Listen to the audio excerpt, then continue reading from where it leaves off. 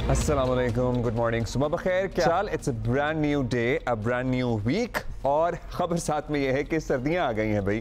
कराची में रात में ठीक ठाक ठंड महसूस की गई है और मलीर कैंट पर्टिकुलरली वाले इलाके में तो रात को कम से कम दर्जा हरारत या अल सुबह 8 डिग्री सेंटीग्रेड रिकॉर्ड किया गया, which is quite low for Karachi. Otherwise भी अगर आप आज सुबह दिन का आगाज़ आपने अर्ली मॉर्निंग किया हो तो आपको फील हुआ होगा कि आज निस्बतन गुज़श्ता हफ्ते या पिछले कुछ दिनों से बहुत ज़्यादा ठंड महसूस की जा रही है। फाइनली कराची में पंखे बंद करने की नौबत आ गई है। आपके लिए शायद ये खबर हो, गीज़र चलने की भी नौबत आ गई है, तो आपके लिए शायद ये खबर हो, लेकिन अभी जो सही सर्दी है ना बाकी मुल्क में भी अभी शुरू हुई है। I was speaking to a few friends, आए हुए थे सारे, आपको पता है आलमी उर्दू कॉन्फ्रेंस के सिलसिले में पाकिस्तान के मुख्तलिफ शहरों में, कराची में एक भरपूर एक्टिविटी थी। हसमा शिराजी साहिबा और उनकी फैमिली और सब लोग थे यहाँ पे, और सब बता रहे थे कि इस्लामाबाद में भी बस अभी 2-4 दिन ही हुए हैं कि सर्दी शुरू हुई है, और लाहौर में भी कल रात से एक्चुअली प्रॉपर ठंड का एहसास शुरू हो गया है। इसमें हम आगे चलकर बात करेंगे अब ये क्या बारिश कोई हो सकती है इस दौरान, ताकि हमारी जो फसलें मुतासर हो रही हैं, it's again a dry winter, उसको कुछ फ़र्क पड़े, उसके लिए कुछ फ़ायदा हो। लेकिन उससे पहले बहुत सी खबरों में से एक खबर जो हमारा इंटरेस्ट बड़े दिन से लिए हुए है वो है चैंपियंस ट्रॉफी पाकिस्तान में होनी है, आपको पता है, और इंशाल्लाह होगी, उम्मीद तो हमें भरपूर है। लेकिन अभी स्केड्यूल वगैरह नहीं आया, क्योंकि मामला जो लटका हुआ था ना वो ताहाल लटका हुआ ही है। हफ्ते को एक मीटिंग होनी थी लेकिन हो नहीं सकी थी। पाकिस्तान फरवरी से मार्च के दौरान 2025 में चैंपियंस ट्रॉफी की मेज़बानी करने वाला है। अब ये तो हम कितने सालों से सुन रहे हैं, कई साल हो गए हैं इस बात को डिस्कस करते हुए। लिटरली तमाम तैयारियां जारी हैं, स्टेडियम बन रहे हैं, उसकी अपडेट आ रही है, लेकिन भारत चूंकि खेल को सियासत की नज़र कर चुका है और उसको तबाह करने पर तुला हुआ है, और उसकी हठधर्मी की वजह से अब तक चैंपियंस ट्रॉफी के स्केड्यूल का ऐलान भी नहीं हो सका है, इसलिए हम सब लटके हुए बीच में। आईसीसी भी अपने तौर पर कोई बोल्ड फैसला करने से हिचकिचा रही है। आईसीसी वैसे मतलब अब तो चेयरमैन भी भारतीय ही हैं। पहले भारतीय मीडिया से इत्तलात आ रही थी कि भारत ने पाकिस्तान के दिए गए फार्मूले पर रजामंदी जाहिर कर दी है और इस मॉडल के तहत 2027 तक दोनों ममालिक के दरमियान होने वाले मैचेस किसी न्यूट्रल वेन्यू पर होंगे, और अब ये मामला भी लटक गया है। ज़रा ये बता रहे हैं कि भारत इस बात की तहरीरी ज़मानत देने से गुरेज़ा है, जिसका वाज़ेह मतलब यही है कि इसमें भारतीय बदनीयती शामिल है, क्योंकि इससे पहले जब हम वर्ल्ड कप में गए थे 2023 के, तब ये बात एक वर्बल अंडरस्टैंडिंग के तहत ही हुई थी कि हम जा रहे हैं तो आप चैंपियंस ट्रॉफी में 2025 में पाकिस्तान आएंगे। लेकिन अब 2025 चैंपियंस ट्रॉफी का चूंकि वक्त आ गया और भारत ने आने से इनकार कर दिया, इसलिए पाकिस्तान का इसरार है, पाकिस्तान मुसिर है कि हमें लिख कर दें। चेयरमैन पीसीबी मोहसिन नकवी ने कल वज़ीर आज़म शहबाज शरीफ को चैंपियंस ट्रॉफी से मुताल्लिक होने वाली जो प्रोग्रेस है उससे आगाह किया, एंड ख़बरें ये भी हैं कि वज़ीर आज़म ख़ुद बड़े इन्वेस्टेड हैं और लिटरली रोज़ाना की बुनियाद पर चेयरमैन पीसीबी से इत्तलात या ख़बर या प्रोग्रेस पूछ रहे हैं कि क्या अपडेट है। और उनकी तरफ से तो यही कहा जा रहा है एज एन चेयरमैन पीसीबी की तरफ से कि इसके मुताल्लिक अच्छी खबरें जल्द आएंगी। मैं इस टाइम सिर्फ आपको इतना कहूँगा कि आज मीटिंग थी, अभी वो पोस्टपोन हो गई है। जैसे ही मीटिंग में फाइनलाइज होंगी चीज़ें फौरी तौर पे आपको बता दी जाएंगी। मैं पहले दिन से कह रहा हूँ कि अल्लाह ताला बेहतर करेंगे और कौम को मायूस नहीं करेंगे, और आने वाले दिनों में जैसी चीज़ें फ़ाइनल होंगी कौम की तवक्कुआत से बढ़कर चीज़ें इंशाल्लाह ताला मिलेंगी। मैं कोई शराइत पे इस टाइम बात नहीं करूँगा, बिकॉज़ मेरा ये है कि पहले एक दफ़ा आईसीसी के इजलास में चीज़ें अप्रूव हो जाएं। जो भी डिस्कशन अभी जारी है इसमें कोई शक नहीं है, बातचीत चल रही है, लेकिन अभी कोई ऐसी शर्त के ऊपर मैं बात नहीं कर सकता जो कबल अज़ वक्त हो, या कुछ चीज़ें हैं जो हैं यानी कुछ हकीकत से मबनी नहीं है। कुछ चीज़ें डेफिनेटली आपको हम कोशिश पूरी कर रहे हैं कि मैक्सिमम और बेस्ट पाकिस्तान के लिए और पाकिस्तान की क्रिकेट के लिए और इंटरनेशनल क्रिकेट के लिए हो। इस टाइम बातचीत चल रही है और मैं किसी भी चीज़ को ख़राब नहीं करना चाहता। Pakistan throughout positive role play कर रहा है और करता रहेगा, और इंशाल्लाह ताला बेस्ट रिजल्ट आएगा। आईसीसी अगर प्रोग्रेस करेगी तो पूरी दुनिया की क्रिकेट प्रोग्रेस करेगी। अगर आईसीसी में कहीं ना कहीं डेंट आता है, नुकसान होता है, तो पूरी दुनिया को नुकसान होगा, और मुझे उम्मीद है कि इंशाल्लाह ताला बेहतरी आएगी सब चीज़। उम्मीद तो हम सबको है, लेट्स सी क्या होता है। राशिद लतीफ़ भाई हमारे साथ मौजूद हैं, साबिक़ कप्तान हैं, टेस्ट क्रिकेटर हैं। बहुत शुक्रिया राशिद भाई। राशिद भाई क्या लग रहा है आपको, अब तो काफ़ी वक्त गुजर गया है, सैटरडे को होपफुली हमें पता लगना था कि कोई हतमी फैसला हो गया है, लेकिन वो भी अब मामला आगे चला गया। Today Monday we are still speaking के स्केड्यूल नहीं आया। व्हाट आर द चांसेस एक एक दिन जो गुजर रहा है वो काफी भारी है। पहले हम ये सोचते थे कि पाकिस्तान को ऐसा करना चाहिए, आईसीसी को ऐसा करना चाहिए। अब ऐसा लगता है कि हमारा स्टांस तो क्लियर है, हम मान गए हैं काफी चीजें।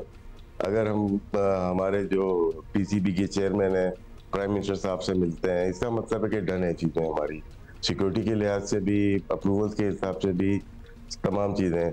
अब शायद खदशा बीसीसीआई की तरफ से ज्यादा लग रहा है, क्योंकि वो डिले हो रहा है। डिले टैक्टिक्स का मतलब है कि वो पोस्टपोन की तरफ ना जा पाए। क्योंकि आज की जो अभी आपने जो क्लिप सुनाई है, इसमें 2-3 बातें उन्होंने की कि मैं कोई ऐसी बात नहीं करना चाहता, और वो करना चाहते हैं जो क्रिकेट के लिए बेहतरी हो, और कोई चीज खराब नहीं करना चाहता। तो छुपे हुए अल्फाज हैं इसके अंदर, जो कि शायद ऐसा लगता है कि कोई कहीं ना कहीं रिफ्ट है या डेडलॉक मौजूद है, क्योंकि डिले या फिर मुझे तो लग रहा है कि कहीं ना कहीं अंडरस्टैंडिंग है। राशिद भाई, जब कोई ये कहता है कि मैं कोई ऐसी बात नहीं करना चाहता जिससे मामला कोई डीरेल हो जाए, तो इंसान एहतियात करता है, इज्तनाब बरतता है कि बहुत सारी चीज़ों पे अंडरस्टैंडिंग हो गई है, अब कोई ऐसी बात मुंह से ना निकल जाए जिसकी वजह से कोई बात का बतंगड़ बन जाए। मुझे लग रहा है कि कहीं ना कहीं अंडरस्टैंडिंग हो गई है बहुत से मामलात पे।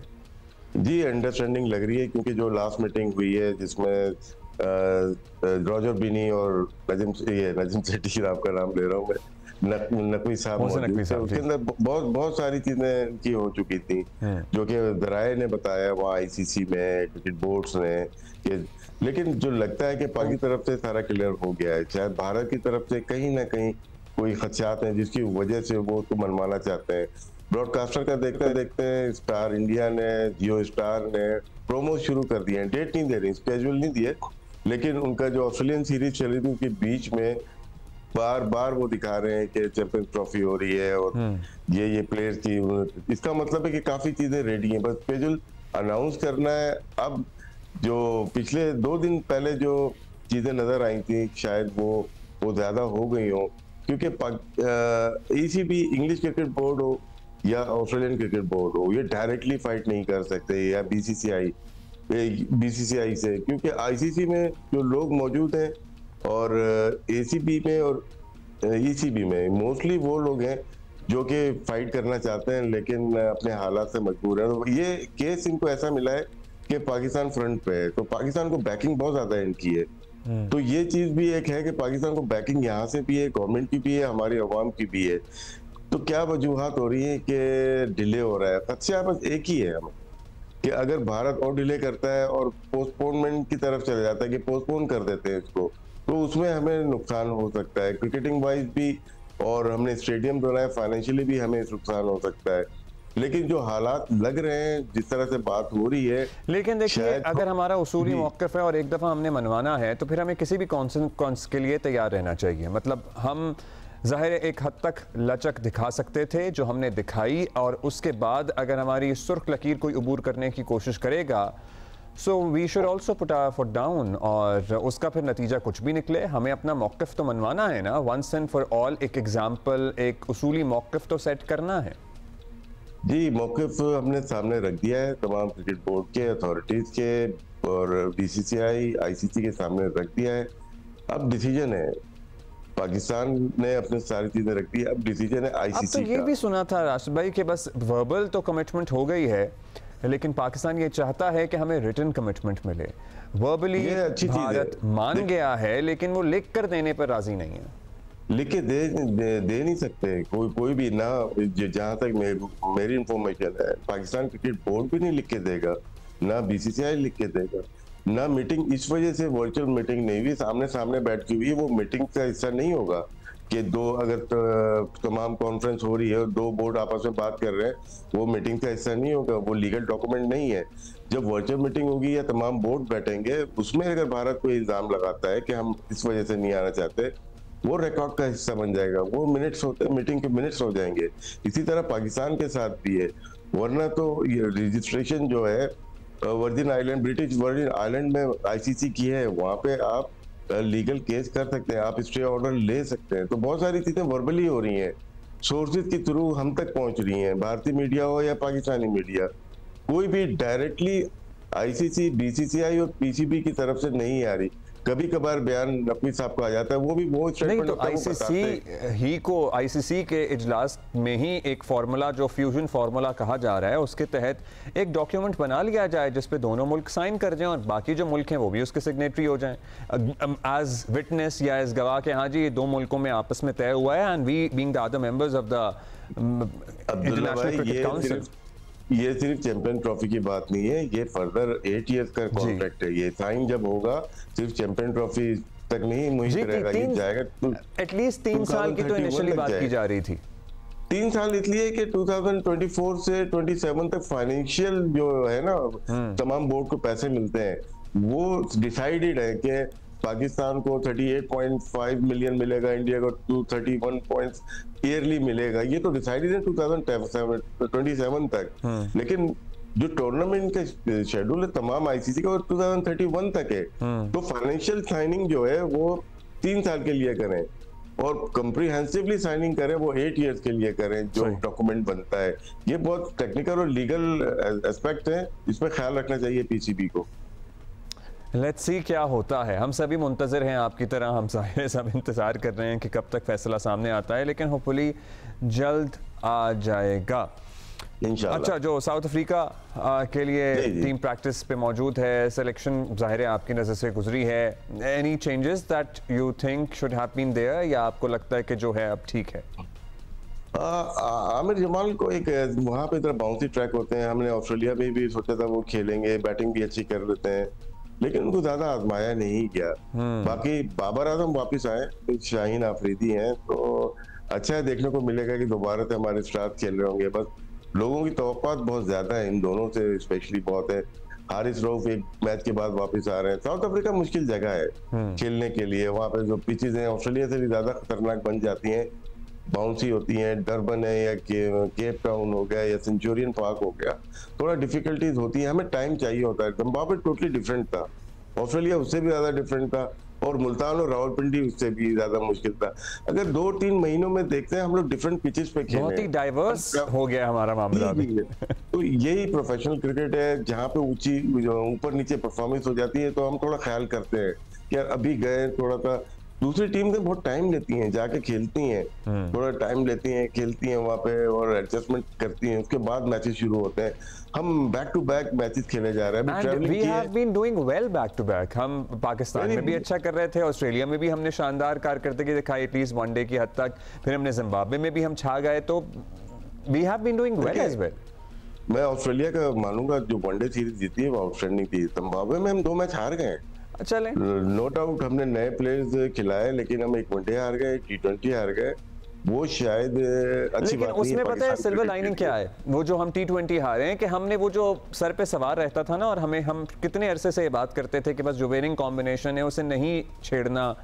अच्छा है कि हम हार गए, हमने एटलीस्ट ट्राई तो की अपनी बेंच स्ट्रेंथ, ये भी एक थॉट है। ट्राई बिल्कुल आपकी बात बजा है, लेकिन ट्राई ऐसे करेंगे, अकल होती है इसके अंदर इस्तेमाल करने के लिए, बहुत जरूरी है कि आपको एक्सपेरिमेंट करना है, तो आप कहाँ तक किस हद तक जाएंगे। तो आपके ख्याल में 4 चेंजेस एकदम नहीं करनी चाहिए थी? नहीं, आप जब टीम बिल्ड कर रहे हैं 2-2 करके, आपको हल्के हल्के करके आप प्लेयर को चेंज करते हैं, मौके देते हैं। अब हमने एक ही नंबर के 3 प्लेयर लेके गए हैं, चाहे वो उमर बिन यूसुफ हो, साइम अय्यूब हो, बाबर आजम हो, या कामरान गुलाम हो, या हारिस हो, कोई भी हो, एक ही नंबर के 4 प्लेयर पे कैसे ट्राई कर सकते हैं? आपकी रिक्वायरमेंट क्या है? अगर आप मैं ऑन बिहाफ ऑफ पीसीबी या फिर सिकंदर भी आपको पता है बड़े दाई हैं इस चीज के, कि हम तजर्बा करना शुरू तो हुए, ये तो हम इतने अरसे से कहते थे, लेकिन सिकंदर भाई के अपने ओपिनियन है, रिस्पेक्ट करते हैं उनकी, मेरा अपना ओपिनियन है। नहीं, बिल्कुल है जी, और thank you for your time and for your opinion. Rashid भाई, हम तंग करते रहेंगे आपको। हम सब मुंतज़िर हैं कि चैंपियंस ट्रॉफी के बारे में अब क्या फैसला आता है आईसीसी की तरफ से, पर्टिकुलरली भारत की तरफ से। और डेडलॉक यही है इत्तलात के मुताबिक कि लिख कर देने का कहा गया है पाकिस्तान की तरफ से। अब भारत नहीं चाह रहा कि वो कोई रिटन गारंटी दे, वर्बली तो वो लोग एक्सेप्ट कर चुके हैं कि ठीक है जी ना, आप हमारे आएँ, क्योंकि हम तो आ ही नहीं रहे हैं। अच्छा, एक और अहम मामला जो बैनुल-अक़वामी मंज़रनामे पर रूनुमा हुआ, वो है असद ख़ानदान के 54 साला दौरे इक़्तिदार का सूरज का ग़ुरूब होना।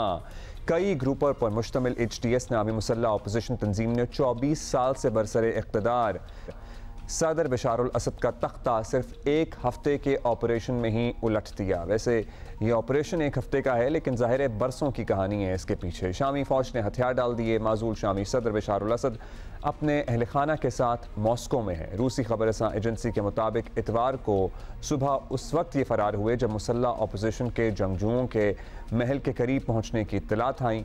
बशारुल असद फैमिली समेत प्राइवेट जेट में मॉस्को पहुंचे। बशारुल असद और उनकी फैमिली को रूस ने सियासी पनाह दी। याद रहे कि 2011 में अरब स्प्रिंग के वक्त सीरिया में भी बशारुल असद के खिलाफ बड़े पैमाने पर मुजाहरे हुए थे, जिन पर ताकत का शदीद इस्तेमाल किया गया था और मुल्क में खाना जंगी का आगाज़ हुआ, जिसमें 4 लाख से ज़ायद शहरी लुक़मा अदल बने और 1 करोड़ के करीब शामी पनाह गुज़ीर बनने पर मजबूर हुए। बहरहाल इस वक्त दारुल हुकूमत दमिश्क पर HTS का मुकम्मल कंट्रोल है। दमिश्क में कर्फ्यू लगा दिया गया है। दमिश्क के करीब जेल से हज़ारों कैदी रिहा कर दिए गए हैं। HTS के सरबरा अहमद अल शराह का कहना है कि साबिक़ वज़ीर आज़म मोहम्मद जलाली पुरअमन इंतकाल इक़्तिदार तक तमाम रियासती इदारों को चलाएंगे। शाम में तमाम एयरपोर्ट्स बंद हो चुके हैं। 250 के करीब पाकिस्तानी ज़ायरीन भी इस सूरत हाल में फंसे हुए हैं। उधर इसराइल ने शाम में भी अपनी कार्रवाइयाँ शुरू कर दी हैं। इसराइल ने लिटरली मौका देखा और कार्रवाइयाँ शुरू कर दी हैं। इसराइली फ़ौज शाम के सरहदी शहर में दाखिल हो गई है। इसराइल ने मकबूजा जोलान के सामने बफर जोन में फ़ौज तैनात करने का भी ऐलान किया है, जो आलमी कवानीन की खुली खिलाफ वर्जी है। इसराइली वज़ीर आज़म नेतन्याहू ने कहा कि इसराइल किसी दुश्मन फोर्स को अपनी सरहदों पर पनपने नहीं देगा। बशारुल असद हुकूमत का खात्मा हिज़्बुल्लाह और ईरान से निपटने की इसराइली कोशिशों का नतीजा है। शाम में बदलते हालात पर बैनुल-अक़वामी बरादरी का रद्द अमल भी देखने में आ रहा है। अमरीका का कहना है कि जो बाइडन हुकूमत शाम में हालात पर नज़र रखे हुए है। दाइश को उभरने से रोकने के लिए मशरक़ी शाम में अमरीकी फ़ौज मौजूद रहेगी। नामुंतखब अमरीकी सदर ट्रंप ने एक्स पर लिखा कि असद भाग गया। इनके मुहाफ़िज़ रूस के बशारुल असद की मज़ीद हिफाजत करते रहने में दिलचस्पी ख़त्म हो चुकी है। चीन ने उम्मीद ज़ाहिर की कि मशरिक़ वस्ता का यह मुल्क जल्द अज जल्द इस्तेहकाम की तरफ लौटेगा।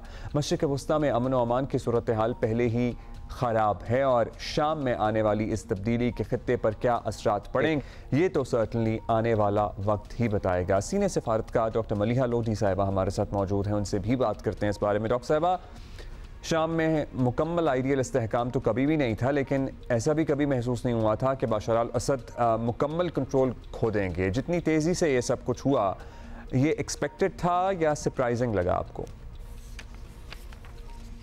मेरा ख्याल है सूरत हाल सीरिया में शाम में बिगड़ती जा रही थी और असद की हुकूमत का कंट्रोल जो है वो पिछले चंद सालों में कम होता जा रहा था। तो ये इतनी भी ताज्जुब की बात नहीं है, लेकिन जो सरप्राइज एलिमेंट है वो ये है कि कितनी तेज़ी से ऑपोजिशन फोर्सेस, मिलिटेंट ग्रुप्स, जो मुख्तलिफ फैक्शंस हैं, कितनी तेज़ी से उन्होंने कब्ज़ा कर लिया दमास्कस पे और मुख्तलिफ और शहरों पे सीरिया में। मैं समझती हूँ कि ये एक सियासी ज़ल्ज़ले से कम नहीं है, ये एक साइज़मिक जियोपॉलिटिकल इवेंट है। इसके असरात बहुत ही दूर दराज होंगे खित्ते पे।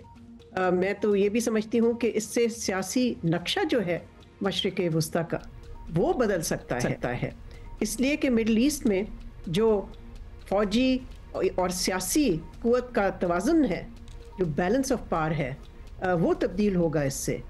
ये आप याद रखें कि जो असद के हमायती मुल्क या ग्रुप्स थे, हिज़्बुल्लाह उसमें शामिल है, ईरान शामिल है, रूस है, ये उन सब के लिए बहुत ही बड़ा धचका है और इससे उनका असर और रसूख बहुत कम हो जाएगा मिडल ईस्ट में। लेकिन टर्की जिसने कि हिमायत की है इन ग्रुप्स की, ऑपोजिशन ग्रुप्स की, जिन्होंने अब कंट्रोल संभाल लिया है सीरिया का, जाहिर है उनका टर्की का इन्फ्लुएंस जो है बढ़ जाएगा। अच्छा, इन्फ्लुएंस की बात करेंगे डॉक्टर साहब। मशरिक़ वस्ता के मुख्तलिफ मामलात में रूस और फिर ईरान आपको पता ही है काफ़ी मुतहर्रिक हैं, हमेशा से ही हैं, लेकिन इजराइल वाला इशू हो या अब शाम वाला, अब जो तब्दीली नज़र आ रही है, क्या हम देखें, क्या रूस और ईरान की पकड़ ढीली पड़ रही है? जैसे आपने कहा कि अब तुर्की का इन्फ्लुएंस आपको लग रहा है कि शाम पर बढ़ेगा। देखिए जी, रूस और ईरान तो जाहिर है उनके बहुत बड़ा सेटबैक है ये। रूस और ईरान दोनों ने मेरा ख्याल है आखिर में आके हिमायत छोड़ दी असद रजीम के लिए। ईरान के अपने मसले मसाइल थे जब से गाज़ा की जंग शुरू हुई है, और इज़राइल के साथ उनका जो तनाव चलता जा रहा है और एक्सचेंज भी हुआ है मिसाइल्स की। रूस जो है वो प्रीऑक्यूपाई हुआ है यूक्रेन की जंग में। तो दोनों ममालिक जो हैं वो मेरा नहीं ख्याल उन्होंने कैलकुलेट किया या इस पोजीशन में थे कि वो अपनी हिमायत जारी रखें असद रजीम के लिए, और फिर उसका नतीजा आपके सामने है। अच्छा, अब ज़ाहिर है पूरी दुनिया को फिक्र है, जो होनी भी चाहिए, कि शाम पुरअमन रहे, मतलब सिविल वॉर ही कहें जो हो रही थी, अब मज़ीद सूरत हाल ना बिगड़े, शहरी महफूज रहें। अमेरिका, रूस, चीन जैसे सुपर पावर्स क्या कर सकते हैं?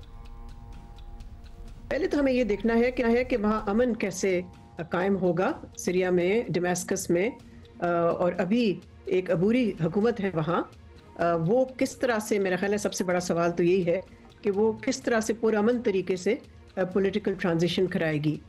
जो पहली स्टेटमेंट आई है उसकी तरफ से, जुलानी की तरफ से, जो कि सरबराह हैं, लीडर हैं हयात तहरीर अल शम का, जो कि सबसे बड़ा ग्रुप है जिसने कि कब्जा किया है अब दमिश्क पे और सीरिया पे।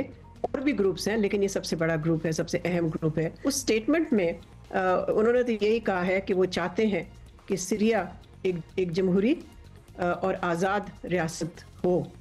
मगर देखना ये है कि मुख्तलिफ ग्रुप्स हैं ऑपोजिशन में, क्या उनमें यकजहती पैदा हो सकती है? क्या ऐसी हुकूमत वहाँ कायम हो सकती है जो कि पीस एंड स्टेबिलिटी कायम करे? इसमें अमेरिका का भी रोल बहुत ही कलीदी होगा, इम्पॉर्टेंट होगा।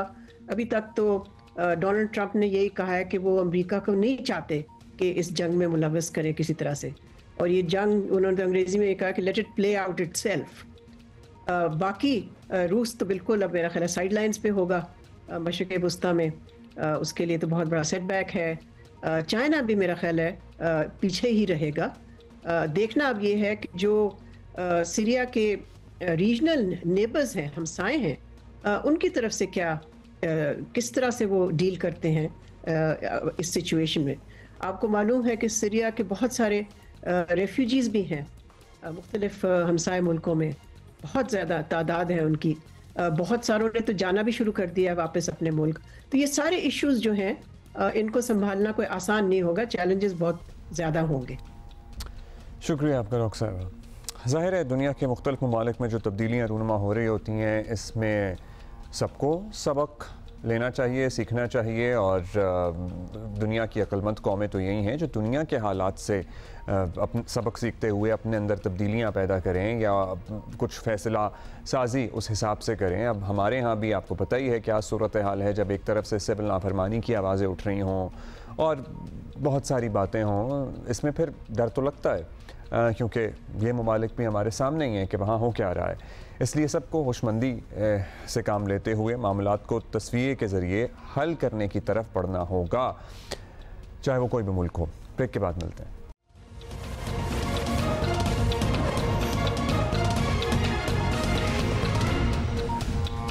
हम सबकी भी कई ऐसी ख्वाहिशात होती हैं जिनकी तकमील के लिए हम दिन रात कोशिश करते रहते हैं। वैसे तो लोग कहते हैं कि ख्वाहिशात के पीछे नहीं भागना चाहिए क्योंकि जितना आप भागते हैं उतनी वो आपसे दूर चली जाती हैं, लेकिन फिर कहते हैं कि ख्वाहिशात के पीछे भागना चाहिए, यानी इसी को तो मैनिफेस्टेशन कहते हैं, और वो ख्वाहिशात पूरी भी होती हैं, आपकी जो भी थ्योरी हो। जो ऐसे मासूम बच्चे होते हैं ना, जिनका शायद इस दुनिया में वक्त कम होता है या किसी ऐसी बीमारी से वो नबरदावा आज़मा होते हैं जिसका इलाज मुश्किल होता है, उनकी ज़िंदगी बड़ी मुश्किल होती है, क्योंकि बच्चे हमें हंसते खेलते, गाते, मुस्कुराते, भागते दौड़ते ही अच्छे लगते हैं। ऐसे ख़ास तौर पर ऐसे बच्चों की ख्वाहिशात पूरी करने के लिए हमेशा से हर शख्स की कोशिश होती है कि उसमें कंट्रीब्यूट करे, लेकिन एक इदारा ऐसा है जिसका नाम है मेक अ विश फाउंडेशन, जो कई दहाइयों से दुनिया के मुख्तलिफ ममालिक में 50 से 55 मुल्कों में ऐसे अनगिनत बच्चों की ख्वाहिशात पूरी कर चुका है, और पाकिस्तान में भी गुज़श्ता कई बरसों से ये इदारा ऐसे बच्चों के लिए काम कर रहा है। इस सिलसिले में हमारे पास दो मेहमान हैं। एक तो इस तंजीम के आलमी सदर हैं और चीफ एग्जीक्यूटिव ऑफिसर हैं लुचियानो मांजो, हमारे साथ मौजूद हैं all the way from Netherlands, और पाकिस्तान के मेक अ विश फाउंडेशन के बानी और chief executive officer Ishtiaq Beg साहब भी हमारे साथ मौजूद हैं, एंड हम इन्हें खुशामदीद कहेंगे। एंड बेग साहब, आपकी इजाज़त से I would like to first welcome Luciano, and I would like to certainly know that your Pakistan chapter has been doing wonders as well since many years, but when it comes to fulfilling wishes, which require global connections, is it easier or is it challenging? Because you Make-A-Wish is already present in almost 50 countries. How do you take the process step by step when there comes a wish from a certain country which requires, traveling or maybe meeting another personality or doing something unusual? Yeah, well, first of all, let me thank you for inviting us today. It's an honor to be here. It's my first time in Pakistan, but I'm overwhelmed by the welcome atmosphere and the warmth that I received since I arrived. And thanks to Istiaga for organizing all the great hospitality so far. So granting a wish from one country to another is what we call a process that we call the wish assist. And it's one of the specific USP that Make-A-Wish can offer to our children. It requires a lot of coordination and organization among our affiliate, but also there is the coordination made by our central office to ensure that everything is fulfilled and everything works in a proper way. So it starts with posting the wish on a portal, which is called the Wish Assist portal, in which all the details are outlined, and Make-A-Wish International ensures that the receiving affiliates is ready to provide all the necessary assistance, all the necessary support that the child and whoever accompanies the child requires in order to make it successful. Can you share a few examples that required really a great deal of effort and that was so unusual that even the Make-A-Wish was surprised that how should we go about it? Well, there are a number of examples of children that have been going from one country to another, especially when they want to meet celebrities or when they want to assist, like happened recently, Formula One Grand Prix, or meet their favorite drivers. And so, it comes into play the relationship that we have with the destination subject. And how cooperative these celebrities are? Generally very cooperative. We must admit that in general, when we talk about granting a wish, everybody seems very positive in responding. Obviously, provided the constraint of the time that they have. Yes. Sometimes the children have to wait a little bit. But in general, we get very good response from all celebrity around the world. Lovely. Beg साहब आपकी तरफ आएंगे. आप लोग माशाल्लाह बता सकते हैं, एक फहरिस्त है आपके पास कि अब तक कितना काम हो चुका है Make-A-Wish के तहत पाकिस्तान में?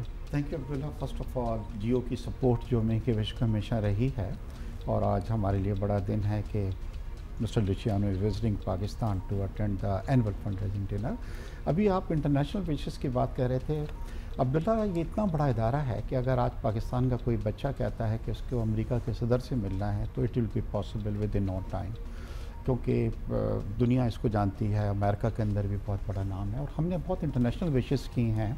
लास्ट ईयर एक बच्चा था, वो ग्रैंड प्री रेस में गया था and he met the champion also, but he passed away. कुछ 2 महीने पहले उसकी मौत हो गई है. और जॉन सेना is a great supporter of Make-A-Wish, जिससे बच्चे मिलने गए हैं. मलाला यूसुफ़ज़ई से बच्चे मिलने गए हैं. सलमान खान जो थे उनसे मिलने गए. It was all possible because हमने पोर्टल पे डाला कि जी हमारे बच्चे हैं, यहाँ जाना चाहते हैं. Within no time international ने फिर उनकी वो की. बट हमारे हीरोज़ जो बच्चों के हैं, ये तो बहुत कम विशेज़ आती हैं. जो अभी एक विश पाइपलाइन में है, एक बच्चे की विश आई है कि he himself is a blogging वगैरह करता है और सोशल मीडिया पे है, जो दुनिया का एक हीरो है. आई मीन उसके कोई 25 या 30 मिलियन से भी ऊपर फॉलोवर्स हैं. उससे उसके इज़ एन अमेरिकन चाइल्ड, और उसको इंशाल्लाह हम बहुत जल्द उसको वो कर रहे हैं. पाकिस्तान में जो यूनिक विशेज़ हमने की हैं, एक दिन के लिए फ़ौज का हिस्सा बने हैं, आर्मी चीफ से भी बच्चे मिले हैं, पुलिस का भी आप दिखा रहे थे, पुलिस में भी गए हैं. और इसके अलावा बेशुमार wish to be a pilot, wish to be air hostess, wish to be बहुत ज़्यादा हमारा वो होता है. बट ज़्यादातर हमारी विशेज़ जो होती हैं वो उम्रे की बहुत विशेज़ आ रही हैं. मतलब अभी भी हमारे बच्चों की एक टीम जो है वो गई हुई है उम्रे के लिए. तो मेक ए विश जो है तकरीबन 16 सालों में हम कोई 10,000 से ज़्यादा बच्चों की विशेस पूरी कर चुके हैं। And people can adopt one of the wishes too? Oh yes. So कोई ख्वाहिश आप, do you have a list of donors जिनको आप भेजते हैं, you broadcast the wish to the donors and then anybody can just pick and take it forward? Abdullah, आप हमारी website है www.makeawish.org.pk।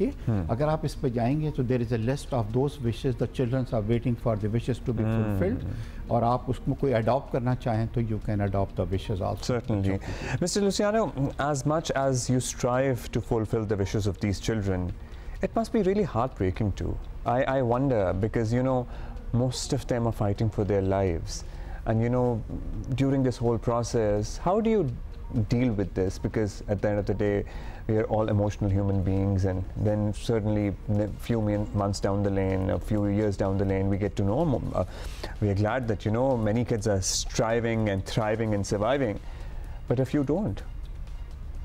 Well, it's certainly a great battle that we are fighting together with our children that are certainly in the most challenging time of their life. Most of the children have a normal life. They go to school, they go to sports, they have siblings, friends, and all of a sudden, maybe for a check or a medical control, they enter in a sort of tunnel that they don't know how long and how they're going to get out from, and the whole family enter in that state. So we say that really that takes the childhood away from the child. And not only from the child, but from the other siblings as well. Yeah, absolutely. The siblings and the family, they all get involved. And really the wish restores the childhood to the child and gives the family the joy and the strength and the hope for the future in the moment that they need it most. We recently concluded a study that shows that in Pakistan there are about 700,000 children every year that could be eligible, 70,000 children every year eligible for a wish. So you can imagine, you know, the effort that we need in order to ensure that we reach as many children as possible. And that's why we need the support of all the donors and the compassion of all the people that can support this incredible mission to ensure that we reach as many children as possible.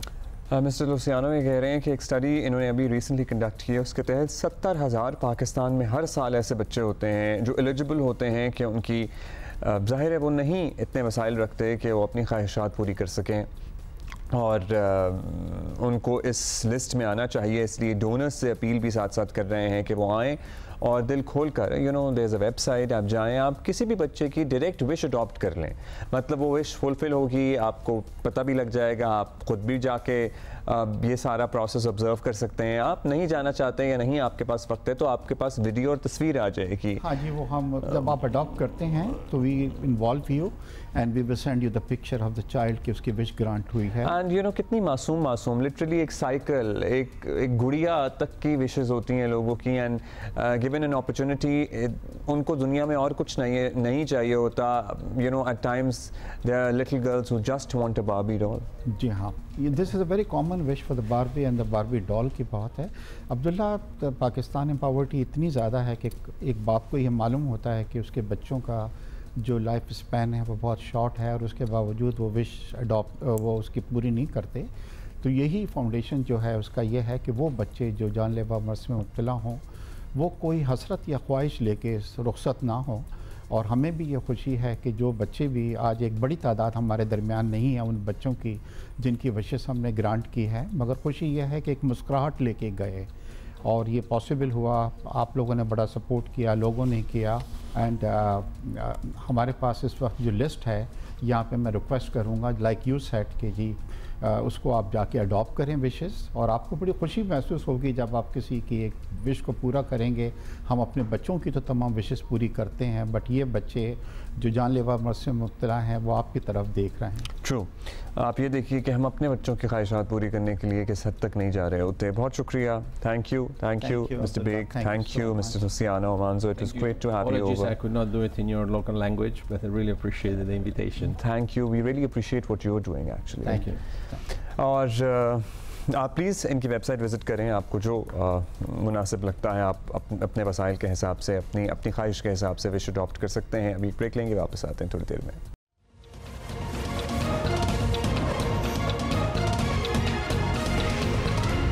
Welcome back जी। बता रहे थे ना आपको programme के शुरू में भी कि कराची में भी फाइनली हमारे पंखे बंद हुए हैं, हमारे गीज़र चले हैं, हमें कुछ ठंड महसूस हो रही है। सो सर्दी ने कदम रख दिया है। हफ्ते और इतवार के शब भी ठंड आहिस्ता आहिस्ता बढ़ती गई है और आने वाले दिनों में रातें मज़ीद ठंडी होने की पेशगोई की जा रही है। क्या सीन बन सकता है मौसम का आने वाले हफ्ते या चंद हफ्तों में, ये हम जानेंगे। मेट्रोलॉजिस्ट हैं अंजुम नज़ीर ज़ैगम साहब, हमें ज्वाइन कर रहे हैं, करेंगे थोड़ी देर में। थे हमारे साथ लेकिन डिस्कनेक्ट हो गए हैं। सो इंटरनेट के मसले तो आपको पता है ना, कभी चल रहा होता है कभी नहीं चल रहा होता है। सो या बाकी मुल्क में भी ऐसी इत्तलात हैं कि अब वो जो ठंड का सही वाला फ्लेवर है ना वो महसूस किया जा रहा है। ये कहाँ के विजुअल्स हैं जो आप दिखा रहे हैं? साथ साथ वादी नीलम के ये मनाजर हैं। और एक मुझे अजीब सी बात आज पता लगी, प्लीज़ आप ज़रा कंफर्म कीजिएगा कि बर्फ़बारी इतनी पुरसुकून क्यों लगती महसूस होती है? वो कहते हैं जब स्नोफ्लेक्स, जब बर्फ़ पड़ रही होती है तो जो साउंड की एक फ्रीक्वेंसी, एक पर्टिकुलर फ्रीक्वेंसी होती है, अपने अंदर उसे एब्जॉर्ब कर लेती है और इसलिए वो जो सुकूत और सुकून है बर्फ़बारी में वो महसूस हो रहा होता है। So this was something new that I got to know today. हमें ज्वाइन कर चुके हैं मेट्रोलॉजिस्ट अंजुम नज़ीर ज़ैगम साहब, उनसे बात करते हैं। अंजुम साहब, thank you for being with us. बताइएगा फाइनली हमें ज़रा ठंडी रातें और ठंडी सुबहें महसूस हो रही हैं, हमारे पंखे बंद हो गए हैं। कराची में हम ये कह सकते हैं कि अब सर्दियां आ गई हैं, वैसे अब भी नहीं आनी थी तो कब आनी थी, लेकिन हाँ अब फाइनली आ गई हैं। जी बहुत शुक्रिया। देखें जी, कराची में सर्दी बिल्कुल आ गई है। आज जो ऑफिशियल हमने टेम्परेचर मिनिमम कराची का रिकॉर्ड किया वो तकरीबन 11 डिग्री सेंटीग्रेड किया और एक्सपेक्टेड यही है कि आने वाले 4 से 5 रोज़ के दौरान जो टेम्परेचर की सूरत हाल है वो ऐसे ही रहेगी। तकरीबन जो रेंज है वो 10 से 12 के बिटवीन रहेगी मिनिमम टेम्परेचर की। और अगर हम डे टाइम टेम्परेचर की बात करें तो क्योंकि आप जिसको कराची वाले कोयटा की हवा कहते हैं तो वो तसलसल में है, तो लिहाजा एक्सपेक्टेड यही होगा कि मैक्सिमम टेम्परेचर भी जो है वो 26 से 28 तक लाया करेगा।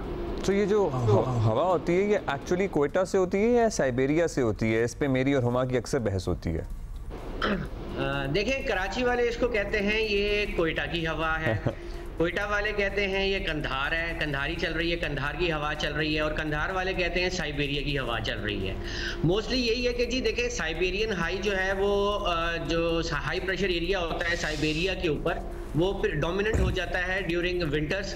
तो वहाँ से जो आपकी हवाएं मूव करती हैं, चलती हैं, वो पहले आपका अफगानिस्तान रीजन में आती हैं। अफगानिस्तान रीजन से हमारे नॉर्थ से, क्योंकि आपके हमारे बिल्कुल नॉर्थ में जो है वो हिमालय है और कराकोरम और अदर रेंजेस हैं, तो वो इस हवा को ब्लॉक करती हैं। आप यकीन करेंगे अगर ये माउंटेन ना हो तो हमारे टेम्परेचर बहुत बिलो जाएँ।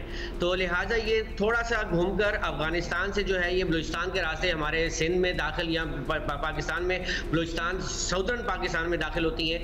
जबकि अगर आप नॉर्थ पाकिस्तान की बात करें तो वहाँ पे ऑलरेडी जो है वो चिल फैक्टर होता है, आपके क्लाउड्स जो माउंटेन्स हैं उनके ऊपर बर्फबारी होती है, तो वहाँ से जो हवाएं ब्लो करती हैं वो अपर पाकिस्तान को इफेक्ट करती हैं। अच्छा, बाकी मुल्क की क्या सूरत हाल है? लाहौर, इस्लामाबाद, गिरदोनवा ड्राई स्पेल ही है अभी 1-2 हफ्ते का, नो बारिश एट ऑल, बट ठंड बढ़ेगी।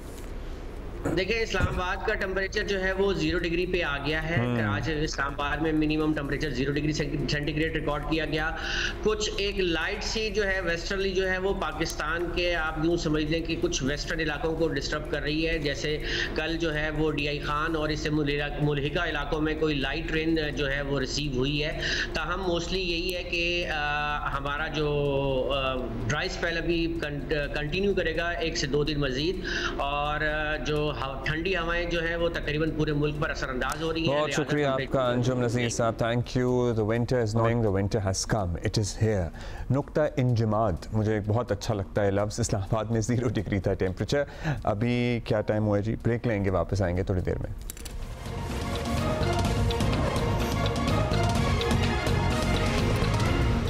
एक बड़ी हार्ट ब्रेकिंग न्यूज़ आई कराची के सफारी पार्क से कल, कि इंतहाई अफसोसनाक खबर थी। हतनी सोनिया, जिसकी हम बड़ी बात करते थे और ज़ाहिर है मधुबाला की जब बात होती थी तो सोनिया और उसकी साथी की बात होती थी कि किस तरह से घुल मिल गए हैं, एक साथ रह रहे हैं, कंपेनियनशिप है, सिस्टरहुड है। सोनिया अचानक फौत हो गई और इसकी अचानक मौत ने सबको झंझोड़ डाला है। अब अचानक हुई है या पहले से बीमार थी और किसी ने तवज्जो नहीं दी, ये एक अहम पॉइंट है। मुकम्मल और शफाफ तफ्तीश होनी चाहिए सर्टनली, सिर्फ हुक्काम के बयानात पर भरोसा करना मुश्किल ही है। सोनिया की मौत रात के वक्त हुई है। इतवार को सुबह अमला सफारी पार्क पहुंचा तो हथनी मुर्दा हालत में थी। पोस्टमार्टम के बाद ही हथनी की मौत का तयन हो सकेगा। सफारी पार्क में 3 हथनियाँ मौजूद थीं। हथनी सोनिया और मलका पहले से सफारी पार्क में मौजूद थीं, जबकि चंद दिन पहले चिड़ियाघर से मधुबाला को भी लाया गया है। हथनी सोनिया का पोस्टमार्टम 2 दिन बाद होगा। फोरपॉज के आमिर खलील हथनी का पोस्टमार्टम करेंगे। मेयर कराची मुर्तज़ा वहाब ने हथनी की अचानक मौत पर अफसोस का इजहार करते हुए तहकीकात की हिदायत की है। हथनी की हलाकत में गफलत पाई गई तो कार्रवाई की जाएगी, ये कहना है मेयर कराची का। लेट्स सी होता या नहीं होता। ऑल्दो सफारी पार्क कराची के डायरेक्टर सैयद अमजद अली जैदी हमारे साथ मौजूद हैं। अमजद साहब, it is very alarming. Sonia काफ़ी अरसे से सफारी पार्क में थी, जो हालात चल रहे हैं इस दौरान उसकी मौत ने बड़े शुक जन्म दिया। क्या वजूहात सामने आई हैं? बाज़ इत्तलात कह रही हैं वाइटामिन की कमी थी, कुछ रसौलियाँ थीं, इससे पहले कोई आर्जा लाहक था या नहीं था? अल्लाह का बड़ा एहसान था कि कल रात तक ये बिल्कुल जो है सेहतमंद थी, खा पी रही थी। और इत्तेफाक की बात यह है कि सुबह अचानक जो है 6 बजे मुझे फ़ोन आता है, जो इसका केयर टेकर है, तो उसका तो फिर मैं डॉक्टर्स को और जोलॉजिस्ट को जो है ऑन बोर्ड लेके जब यहाँ पहुँचता हूँ तो फिर डॉक्टर डिक्लेयर करते हैं कि इसकी डेथ हो गई। तो जब मैं कहूँ कि वजह क्या हो सकती है तो वो उसको हार्ट फेलियर कहते हैं। अब ये पोस्टमार्टम के बाद जो है फाइनल हो सकेगा कि खुदा न खास्ता इसको क्या मसला था। अब जो सवालात सर सामने आ रहे हैं अमजद साहब, अब जाहिर है एक तफ्तीश की ज़रूरत तो है ही। पोस्टमार्टम आपने कहा बाद में होगा तो उसके बाद पता लगेगा, लेकिन इस तफ्तीश के लिए किसी के नतीजे में किसी की गफलत सामने आई तो क्या कार्रवाई होगी? बस अल्लाह की रज़ा जानकर इसे दबा दिया जाएगा या आप लोग ताउन करेंगे? जी बिल्कुल ताउन करेंगे। मेयर साहब ने बाकायदा अपना प्रेस रिलीज जारी कर दी है और आपके नॉलेज में शायद अगर नहीं है तो मैं बता देता हूँ कि वो पूरी तहकीकात कर रहे हैं। उन्होंने इंक्वायरी कमेटी बना दी है। और दूसरा ये कि हमारे लाहौर से जो है यूनिवर्सिटी के डॉक्टर्स जो हैं वो इंशाल्लाह कल हमें ज्वाइन कर लेंगे। उसके बाद पोस्टमार्टम होगा। डेफिनेटली पोस्टमार्टम की रिपोर्ट आने में तो टाइम लगेगा, लेकिन ये कि कम से कम वो वर्बली ये बता देंगे कि खुदा न खास्ता कहीं किसी किस्म की कोई गफलत तो नहीं थी, तो उस चीज़ का डिसीजन जो है वो पोस्टमार्टम के बाद हो जाएगा। अच्छा अमजद साहब, ज़ाहिर है आपके पार्क में हमें फ़िक्र इसलिए है कि अभी नई एक मेहमान 2 हफ्ते आई है और उसका नाम है मधुबाला। हमें उम्मीद है या उम्मीद थी कि यहाँ पे सब ठीक होंगे और यहाँ पे ज़रा बेटर टेक केयर की जाती होगी जानवरों की। उसकी सेहत हालत वगैरह कैसी है अब? क्योंकि इससे पहले उसे काफ़ी इशूज़ थे when she was in the zoo. अभी कुछ बेहतरी आ रही है? Is she showing any science of improvement? देखिए मधुबाला, सोनिया और मलाइका, इनमें बड़ी अच्छी अंडरस्टैंडिंग हो गई थी वेरी फर्स्ट डे और बड़ा अच्छा सर्वाइवल हो रहा था। और 27 को जो है फोरपास की जो टीम आई हुई थी, उन्होंने 27 नवंबर को उन्होंने बाकायदा इनका एग्जामिन किया था और बाकी एनिमल्स का भी किया था, लेकिन खसूसन एलिफेंट्स का किया था और इनको क्लियर करार दिया था। और डॉक्टर खालिद आमिर खलील से मेरी बात हुई है अभी, उन्होंने भी बड़ा अफसोस का इजहार किया है और उन्होंने भी इसको जो है एकदम अचानक हादसाती मौत कहा है और उन्होंने कहा है कि मैं जल्द से जल्द पाकिस्तान। चलिए आमिर जब आते हैं तो ज़ाहिर है उनसे भी हम बात करेंगे कि वो क्या डिटर्मिन कर पाए हैं। थैंक यू सैयद अमजद अली जैदी साहब, सफारी पार्क कराची के डायरेक्टर। शबाला जो हमारी साथी हैं जो रिपोर्ट करती हैं इन मामलात को और कवर करती हैं, उनसे भी मालूम करेंगे। शबाला, जब फोरपॉज वाले आए हुए थे तो सिर्फ मधुबाला का चेकअप हुआ था सफारी पार्क में या बाकी उसकी जो बहनें हैं मलाइका और सोनिया, उन पर भी नज़र डाली थी डॉक्टरों और एक्सपर्ट्स ने? बिकॉज हम बड़े कंसर्न हैं इस बारे में। देखिए अब्दुल्ला, कल गुज़िश्ता रोज़ एक बड़ी शॉकिंग न्यूज़ हम सबको मौसूल ये हुई कि जो हथनी सोनिया यहाँ सफारी पार्क में है उसकी सडन डेथ हो गई है। और उसके बाद जब सफारी पार्क की इंतज़ामिया से पूछा गया तो उन्होंने कहा कि उनको सुबह में ही ये मुर्दा हालत में पाई गई थी। उन्होंने कहा इनिशियली हम ये सस्पेक्ट करते हैं कि इसको हार्ट अटैक है, बट पोस्टमार्टम के बाद ये बताया जाएगा, तयन किया जाएगा कि इसको कॉज ऑफ डेथ क्या था। अब मैं आपको एक बात ये बताऊँ कि जुलाई के ही मिड में ये खबरें भी चल रही थी कि इसको हथनी सोनिया को कोई इन्फेक्शन सस्पेक्ट किया जा रहा था, लेकिन उस वक्त भी जब सफारी पार्क की से बात की थी तो उनका यही कहना था कि बज़ाहिर ये बिल्कुल ठीक है और इसको किसी किस्म का कोई इन्फेक्शन नहीं है। तो लिहाजा जब कोई इन्फेक्शन ही नहीं है तो कोई ट्रीटमेंट भी इस हवाले से नहीं की जा रही थी। फिर मैंने फोर्ट पॉज हुकाम जो है उनसे भी सवाल से तफसीलन बात भी की कि क्या रीज़न बन सकता है, तो वो भी काफ़ी अफसरदा थे। उनका कहना है कि काफ़ी शॉकिंग न्यूज़ थी। लेकिन मैं आपको ये बताऊं कि एक हफ्ते पहले की एक मेडिकल रिपोर्ट जो थी वो हतनी सोनिया की जो आई, उसमें हतनी सोनिया को प्रोटीन डेफिशिएंसी उसमें पाई गई थी। अब ऑब्वियसली जब प्रोटीन डेफिशिएंसी थी तो कहीं ना कहीं ये भी जाता है सस्पेक्शन में कि हो सकता है कि खुराक में कोई इशू हो, ये इस तरह के मामलात हों। लेकिन जो सफारी पार्क की इंतज़ामिया है उनका बारहा पूछने पर भी यही कहना है कि जो तमाम तर इंतजाम थे वो यहाँ पर इन तीनों हत्नियों के लिए अच्छे किए गए थे, खुराक भी यानी कि एक हफ्ते पहले ऑलमोस्ट फोर्ट पॉज की टीम जब मधुबाला की शिफ्टिंग के सिलसिले में यहाँ मौजूद थी, उस वक्त सोनिया का मेडिकल चेकअप हुआ था। आप ये कंफर्म कर रही हैं हमें? जी बिल्कुल, जब मैंने अपने ज़राए जो फोर्ट पॉज के हैं उनसे की बात की तो उन्होंने ये कहा है कि एक हफ्ते पहले की जो मेडिकल रिपोर्ट आई थी सोनिया की, उसमें जो है वो प्रोटीन डेफिशिएंसी आई थी अपनी सोनिया की। और उसके बाद ऑब्वियसली ये जो इंतज़ामिया है इन्होंने यही कहा कि हर तरह से इसको खुराक भी दी जा रही थी, ये बिल्कुल सही थी, किसी किस्म का कोई इन्फेक्शन इसको नहीं था। तो तमाम तर जो इल्ज़ामात थे, तमाम तर जो अफवाहें हैं वो ये कह रहे हैं कि ये बेबुनियाद है और ऐसा कुछ नहीं है। जो हतनी थी वो बिल्कुल फिट थी। और अभी रिसेंटली, क्योंकि आपको भी पता है कि जो हतनी मधुबाला है उसको भी चिड़ियाघर से सफारी पार्क मुंतकिल किया गया। अब अगर मैं आपको बताऊं तो ये वही हतनियां हैं 2009 में जो इनको चारों को लाया गया था। और ये सोनिया खुसूसन पहले इसको मेल डिक्लेयर किया गया था, सोनू के नाम से काफ़ी टाइम तक ये रही थी। लेकिन उसके बाद जब फोर्ट पॉज की टीम आई तो उन्होंने फाइनली डिक्लेयर किया था कि ये सोनू नहीं है, ये मेल नहीं है, ये भी एक फीमेल एलिफेंट है। तो ऑब्वियसली एक ऑन गोइंग प्रोसेस था काफ़ी ज़्यादा, इसमें हमने बहुत सारी चीज़ें देखी। फिर इससे कबल हतनी नूरजहां में भी हमने देखा था कि ऐसी ही एक इन्फेक्शन था जिसके बाद वो बहुत ही फैटल इन्फेक्शन था, तो काफ़ी टाइम तक हतनी नूरजहां का भी ट्रीटमेंट हुआ। लेकिन फिर हतनी नूरजहां भी जो थी वो इंतकाल कर गई थी। अच्छा, हम क्या एक्सपेक्ट करें? अब लाहौर से टीम आ रही है, कब तक हमें इसकी मौत की वजूहात एक्चुअली सामने आ जाएंगी, पता लग जाएंगी? अच्छा देखिए अब्दुल्ला, वैसे तो ये बताया जा रहा था फोर्ट पॉज की टीम के फोर्ट पॉज की टीम ने ये बताया था कि जो डॉक्टर हैं डॉक्टर गुलाम जिन्होंने हतनी नूरजहां का पोस्टमार्टम किया था वो आज एक्सपेक्टेड है कि यहाँ सफारी पार्क आने वाले हैं, लाहौर से कराची आएंगे। तो अगर वो सुबह में ही यानी आ जाते हैं तो उसका आज ही पोस्टमार्टम कर लिया जाएगा, वरना अगर वो दोपहर या शाम में आते हैं तो फिर वो कल होगा।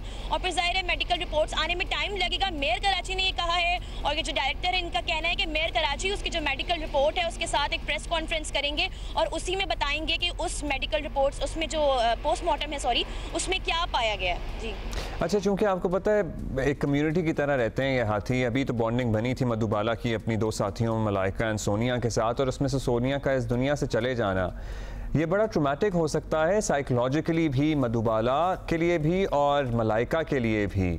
ये इस बात का इतराक है सफारी पार्क की इंतज़ामिया को? बिल्कुल, देखिए एक टाइम तक तो हमने देखा था कि हतनी नूरजहां के इंतकाल के बाद जो हतनी मधुबाला थी वो बहुत अकेले हो गई थी चिड़ियाघर में और काफ़ी ज़्यादा आइसोलेशन में वो रह रही थी। तो ऑब्वियसली ये सोशल एनिमल्स होते हैं, एलिफेंट बहुत ज़्यादा सोशल होते हैं, खासकर फीमेल्स। तो ऑब्वियसली जब वो अकेले थी तो काफ़ी वो एक मेंटल उसके ऊपर एक ट्रॉमा था। लेकिन फिर ये डिसाइड किया गया, फोर्ट पॉज ने भी कहा कि उसको यहाँ पर जो उसकी बाकी सहेलियाँ उनके साथ रियूनाइट कर दिया जाएगा। अभी कुछ ही दिन हुए थे और उसके बाद इतनी ज़्यादा शॉकिंग न्यूज़ आना, इतनी ज़्यादा ये अफसरदगी की बात है कि यहाँ पर जो हतनी सोनिया पहले सी थी उसकी भी जो साथी थी मलका, अब ऑब्वियसली वो भी अलग हो गई। लेकिन ये एक ठीक बात है कि जो मधुबाला है उसको यहाँ पर एटलीस्ट ला दिया गया है। तो अभी जो 3 हतनियाँ थी अब वो सिर्फ अब 2 रह गई हैं। It is very heart breaking. Thank you शवाला। और होपफुली आप आज डॉक्टर साहब आ जाएंगे लाहौर से तो university of veterinary and animal health sciences से, तो पता लगेगा कि क्या वजूहात हैं इनिशियली। एंड उम्मीद तो हमें ये है कि जिस तरह मेयर कराची बारहा कह रहे हैं कि भाई मैं प्रेस कॉन्फ्रेंस करूँगा और जो ज़िम्मेदारान हैं उनके खिलाफ कार्रवाई होगी, तो होपफुली हो फिर कार्रवाई उन लोगों के खिलाफ जिनकी गफलत की वजह से, अगर ये गफलत की वजह से मौत हुई है तो फिर तो सर्टनली कार्रवाई होनी चाहिए। और अगर फिर वाकई बिल्कुल ही जिसे कहते हैं ना हार्ट अटैक था या हार्ट फेलियर था अचानक, तो फिर तो उसको कोई कुछ नहीं कर सकता। लेकिन इत्तलात तो ये हैं कि उसमें कुछ वाइटामिन्स की, कुछ प्रोटीन्स की डेफिशिएंसी थी। बाज़ मुतज़ाद इत्तलातें पहुँच रही हैं कि कुछ रसौली वगैरह का भी मामला था। लेकिन ताज्जुब ये है कि अभी लिटरली 1-1.5 हफ्ते पहले ही उसका मुआयना हुआ था, फोर्ट पॉज की टीम ने किया था और उनको कोई ऐसी अलार्मिंग चीज़ नहीं मिली। तो फिर लेट्स सी क्या मालूम होता है इन द पोस्टमार्टम। अब इसका ना मामला किसी मंतकी अंजाम तक जल्द पहुंचना चाहिए। जिस तरह 1.5 साल लग गया ना मधुबाला की मुंतकली में फ्रॉम जू टू सफारी पार्क, अब इसको लिटरली 1-1.5 हफ्ते में सारी रिपोर्ट आके इस पर कार्रवाई हो जानी चाहिए।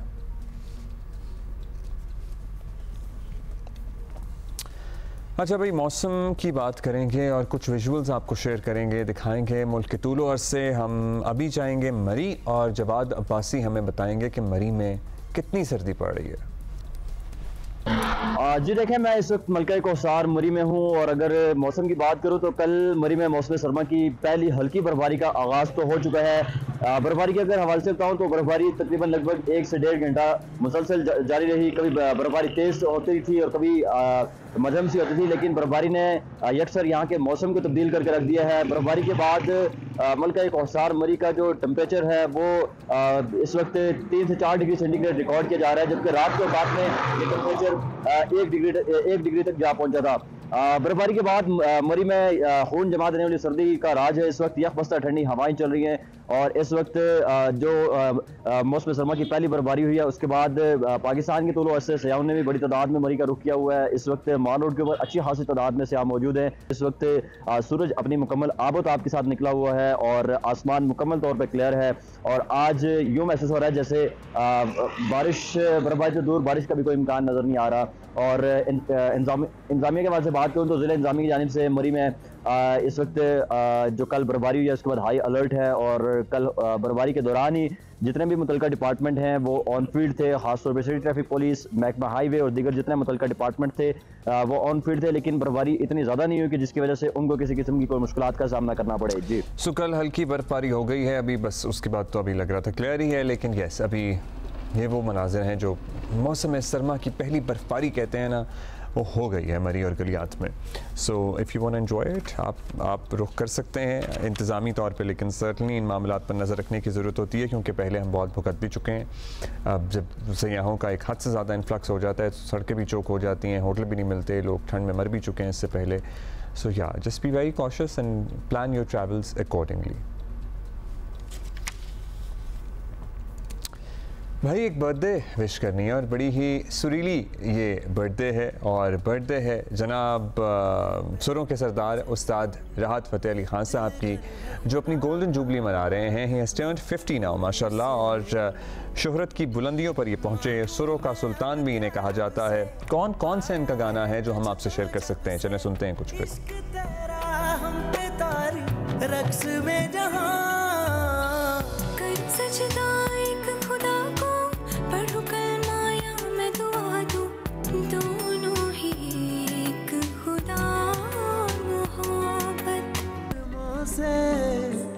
रहमत तेरी से आए जो होठों पे पूरी हो मेरी दुआ, ये मुझे यकीन है सुनता है मेरा खुदा, सुनने वाला तू अर्जियां मेरी। भाई OST के तो बादशाह थे ही, लेकिन इसके अलावा इनके एक और OST भी हम आपसे शेयर करेंगे, लेकिन दिल तो बच्चा है जी, ओरे पिया, क्या गाने हैं अभी ज़बरदस्त वाले।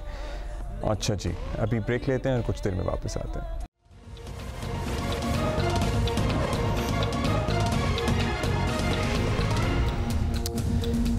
वेलकम बैक जी, गुड मॉर्निंग वंस अगेन। और आज बड़ा इंपॉर्टेंट दिन है। आज बहुत से इस दिन की अहमियत के बारे में हम इस पहले भी बता चुके हैं, काफ़ी कुछ हो रहा है, लेकिन आज पाक बहरिया के तहत यौम हंगोर मनाया जा रहा है। हंगोर डे जिसे कहा जाता है। 1971 की पाक भारत जंग में पाकिस्तानी आबदोज हंगोर ने बहादुरी की बेमिसाल तारीख रकम करते हुए भारतीय बहरी जहाज़ INS लकड़ी को तबाह किया, जिस पर मौजूद इंडियन नेवी के 18 अफसरान 176 एहलकार मारे गए, जो आज तक भारतीय बहरिया का सबसे बड़ा नुकसान माना जाता है। ये कैसे मुमकिन हुआ? और वैसे तो आपको पता ही है कि जो पानी की जंग है, जो पानी का जहाद है, वो खुश्की के जहाद से 10 दर्जे अफजल है। आसान नहीं है। हमने लिटरली 6 घंटे गुजारे थे एक शिप पे, आपको याद होगा मैं और हुमा गए थे in helicopter and we spent a few hours, और 2 दिन तक हमारा सर भारी था और हमें लग रहा था हम पता नहीं कौन सा पहाड़ सर करके आ रहे हैं। फिर ये लोग तो समंदरों में रहते हैं और समंदरों की सतह पे भी नहीं रहते, से, समंदरों के बीच भी रहते हैं, ज़ेरे समंदर भी रहते हैं, सबमरीन्स की सूरत में कई कई महीने गुजारते हैं। सलूट है, सलाम है, और इस पे हम बात करेंगे। हमारे साथ मौजूद हैं सबमरीन स्क्वाड्रन पाक बहरिया के कमांडर अहमद साहब, नसीम साहब, शुक्रिया। ज़ाहिर है हंगोर डे को आज हम सेलिब्रेट कर रहे हैं। आपसे तो सर्टनली सबसे पहले यही जानना चाहेंगे कि भारत हमसे बड़ा मुल्क भी है, उनकी अफवाज का हजम भी हमसे बड़ा है। ऑल्दो अभी 3 दिन पहले ही मेरी नज़र से एक बयान गुजरा है इंडियन नेवल चीफ का, जिसमें वो कह रहे हैं कि पाकिस्तान की माशी हालत को देखते हुए इनकी नेवी ने जिस तरह एक्सपैंड किया, जिस तरह तरक्की की है, वो बड़ा काबिल सताइश है। और अगर दुश्मन आपकी तारीफ़ करे या आपका मोतरफ हो तो फिर तो उसको डिस्कस करना चाहिए। सो हंगोर डे, क्या इसकी सिग्निफिकेंस है और क्यों इसको एक टर्निंग पॉइंट कहा जाता है खित्ते में नेवल वॉरशिप में? अस्सलाम वालेकुम। First of all thank you very much for inviting me in your studio. Pakistan बहरिया की समरीन हंगोर ने जो बहादुरी, शुजाअत और दिलेरी की जो मिसाल 71 की जंग में, पाक भारत जंग में जो कायम की, उसकी मिसाल ना सिर्फ पाकिस्तान की जंगी और हरबी तारीख़ में बल्कि दुनिया की तारीख़ में इसकी मिसाल आपको कहीं नहीं मिलती। जब नवंबर दिसंबर में दुश्मन की जारियत ईस्ट पाकिस्तान की तरफ जारी थी और 21 और 22 नवंबर की दरमियानी रात को पाक बहरिया ने अपनी 4 सबमरीन्स जो थी, जिसमें शामिल थी गाजी, हंगोर, शुशुक और मांगरो, इसको सेल कराया वतन के दिफा के लिए। सबमरीन्स के बारे में मशहूर है कि they are the first in and last out in any war zone, यानी कि ये सबसे पहले जाएंगी हॉस्टिलिटीज़ इनिशिएट होने से भी पहले, और जब हॉस्टिलिटीज़ ख़त्म हो जाएंगी तो उसके बाद ये वापस अपनी पोर्ट की तरफ एंटर करती हैं।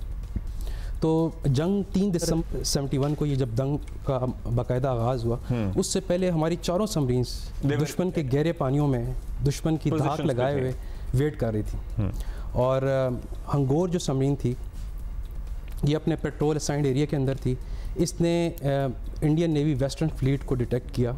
उस वक्त तक एक फॉर्मल वॉर डिक्लेयर नहीं हुई थी, और इसने हंगोर सबमरीन ने back in naval headquarter Karachi एक रेडियो साइलेंस को ब्रेक करते हुए पैगाम दिया कि Indian fleet is heading toward Karachi because it was the safety of our countryman to inform alert naval headquarter. तो इस दौरान इसकी जो कम्युनिकेशन थी वो इंटरसेप्ट करती है इंडियन नेवी, और समहाउ इंडियन नेवी लोकलाइज कर लेती है कि ये जनरल एरिया है जिसके अंदर पाकिस्तानी सबमरीन ऑपरेट कर रही है। उन्हें पता लग जाता है कि पाकिस्तानी सबमरीन मौजूद है यहाँ पे because of the radio frequency that it used. बिल्कुल। तो इंडियन नेवी सेल कराती है मुंबई हार्बर से अपना ASW फ्रिगेट स्क्वाड्रन। मैं थोड़ा अपने नाज़रीन के बारे में बता दूं कि ASW is anti submarine warfare frigate. The ships primarily design to search and hunt a submarine. अच्छा, ये एक समंदर की सतह पे चलने वाला बहरी जहाज है जो कि सबमरीन को ढूंढने और उनको टारगेट करने के लिए डिजाइन, स्पेसिफिकली डिजाइन। वो उनके पास, इंडियन नेवी के पास उस टाइम पे 14th ASW स्क्वाड्रन, जिसके अंदर ब्लैकवुड क्लास फ्रिगेट्स थे, जिसके अंदर खुकरी, किरपान और कुट्ठर थे। ये तीनों शिप्स को इंडियन नेवी सेल कराती है और वो अपने जनरल एरिया में आके orders are to search the Hangor and sink Pakistan navy submarine Hangor.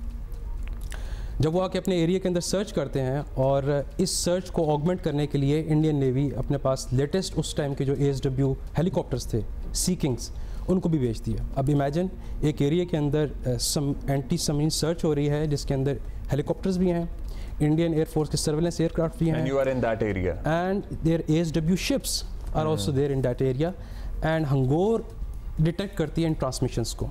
Hangor is somewhere in different patrol area, we call it assigned deployment area. वो अपने एरिया को छोड़ के एरिया शिफ्ट करके उस एरिया में आती है जहाँ पे ये सब सर्च हो रही है। I know, imagine the motivation behind the commanding officer. उमूमन one should get out from that harm's way जब इतनी मैसिव सर्च हो रही हो, लेकिन हंगोर जाती है। हंगोर जाती है उस एरिया के अंदर, और 9 दिसंबर को दिन लगभग 2-3 बजे के करीब वो डिटेक्ट कर लेती है कि इस एरिया में सर्च हो रही है। और उस एरिया के अंदर, दैट एरिया वाज ऑफ ड्यूहट, इंडियन कोस्ट ऑफ गुजरात, रफली 58 kilometres from the Indian coast. Enemy area, shallow depths, helicopters, aircraft, ships, enemy ships in that area. I mean, all the adversities are against the submarine.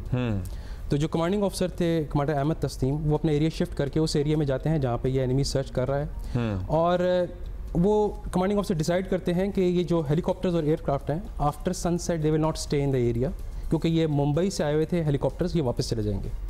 वो अपनी एक tactics, एक तरतीब बनाते हैं उसी पानियों में रहते हुए कि we will wait for sunset. Sunset से 1 घंटा पहले एग्जैक्टली वो हेलीकॉप्टर्स वापस मुंबई चले जाते हैं, लेकिन ये शिप उधर ही रहते हैं जिसके अंदर से खुकरी और किरपान है। कुट्ठर जो तीसरा शिप था, उसके बॉयलर के अंदर कोई इशू आता है, वो वापस मुंबई हार्बर चला जाता है। ये वहाँ पे इस एरिया के अंदर जो है वो रेक्टेंगुलर सर्च कर रहे हैं, खुकरी और किरपान।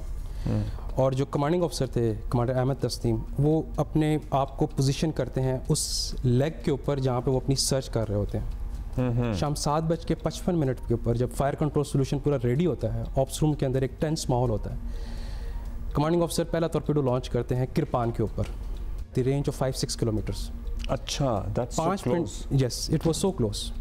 5-6 किलोमीटर रन करने के बाद टॉर्पेडो एक्सप्लोड नहीं होता। नाउ इमेजिन सबमरीन्स के बारे में है कि whenever they launch the weapon, they disclose their position, they do not have speed to get out from that area. तो उसके बारे में है कि submarine should withdraw from that area, लेकिन वो डिसाइड करते हैं कि वी विल स्टे हियर और दुश्मन पे हम एक कारी ज़र्ब लगाएंगे। इमीडिएटली वो अपना कंपोजर मेंटेन करते हैं, सेकंड वेपन लॉन्च करते हैं, विदिन 3 मिनट जाके वो खुकरी के स्टर्न के ऊपर जाके एक्सप्लोड होता है। फ्रैक्शन ऑफ सेकंड के बाद एक और ज़ोरदार धमाका सुनाई देता है। तो जो एक्सप्लोसिव बारूद इंडियन नेवी लेकर आई हुई थी सबमरीन्स को डुबोने के लिए, वही उनके जहाज़ के अंदर हमारे टॉर्पेडो हिट होने की वजह से फट जाता है।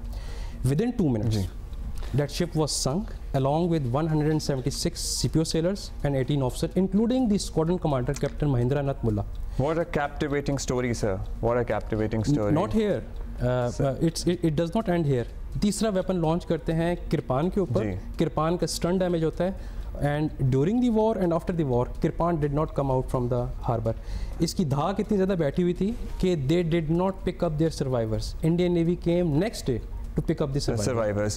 और इसके बाद लिटरली हमारा जो खित्ता है इसमें नेवल वॉर और नेवी जो इसकी साइंस ही तब्दील हो गई। मतलब it was a turning point. Actually we are short in time, I am really sorry, but आपने बड़ा ही अच्छा, बड़े कैप्टिवेटिंग अंदाज में हमें ये बताया, समझाया। And for all those who watching, इस पे हमने बचपन में एक पीटीवी पे ड्रामा भी देखा है, आपको पता है। सो और यहाँ पे आप विजिट भी कर सकते हैं अंगोर जाके, इन मैरीटाइम म्यूजियम। सो मैंने भी किया है और आपको भी गालिबन दिखाया था, अभी took you on a ride, yes, YouTube पे भी मौजूद है। So thank you commander Naseem Ahmed साहब, thank you so much sir. अभी हम एक ब्रेक लेंगे, थोड़ी देर में वापस आएंगे।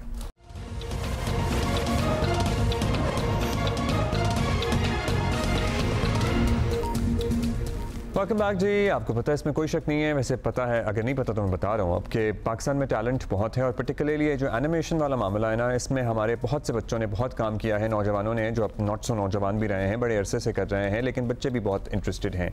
सो एनिमेशन एनिमी की दुनिया में फिर भी इतना काम करने के बावजूद भी पाकिस्तान का नाम उस लेवल पे नहीं है जितना हो सकता है। लेकिन अब ये सब कुछ बदलने जा रहा है, क्योंकि पाकिस्तान की एस्कॉप एंटरटेनमेंट ने पार्टनरशिप बना ली है आलमी शोहरत याफ्ता कई दहाइयों से हॉलीवुड, जापान और हर इंडस्ट्री में काम करने वाली कंपनीज, टोक्यो की कस्टम नट्स और न्यूयॉर्क की बबून एनिमेशंस के साथ, और इन सब ने मिलकर पाकिस्तान में एक ऑफिस बना लिया है। और इनका पहला मुश्तरका प्रोजेक्ट बस चंद हफ्तों में आया ही चाहता है। और इस सिलसिले में हमारे साथ मौजूद हैं एस्कॉप के CEO इमरान अजहर साहब और कस्टम नट्स के बानी सीलिस हिकी साहब। So we would like to welcome them both. बहुत शुक्रिया इमरान साहब, एंड बहुत शुक्रिया, थैंक यू सीलिस for being here with us live to discuss this opportunity that you have created with ESCAP. And we would like to start with you सीलिस। सबसे पहले तो हम यही आपसे जानना चाहेंगे कि what made you choose Pakistan? Because of its potential in animation, did you come across some work from Pakistani artists or animators before this partnership?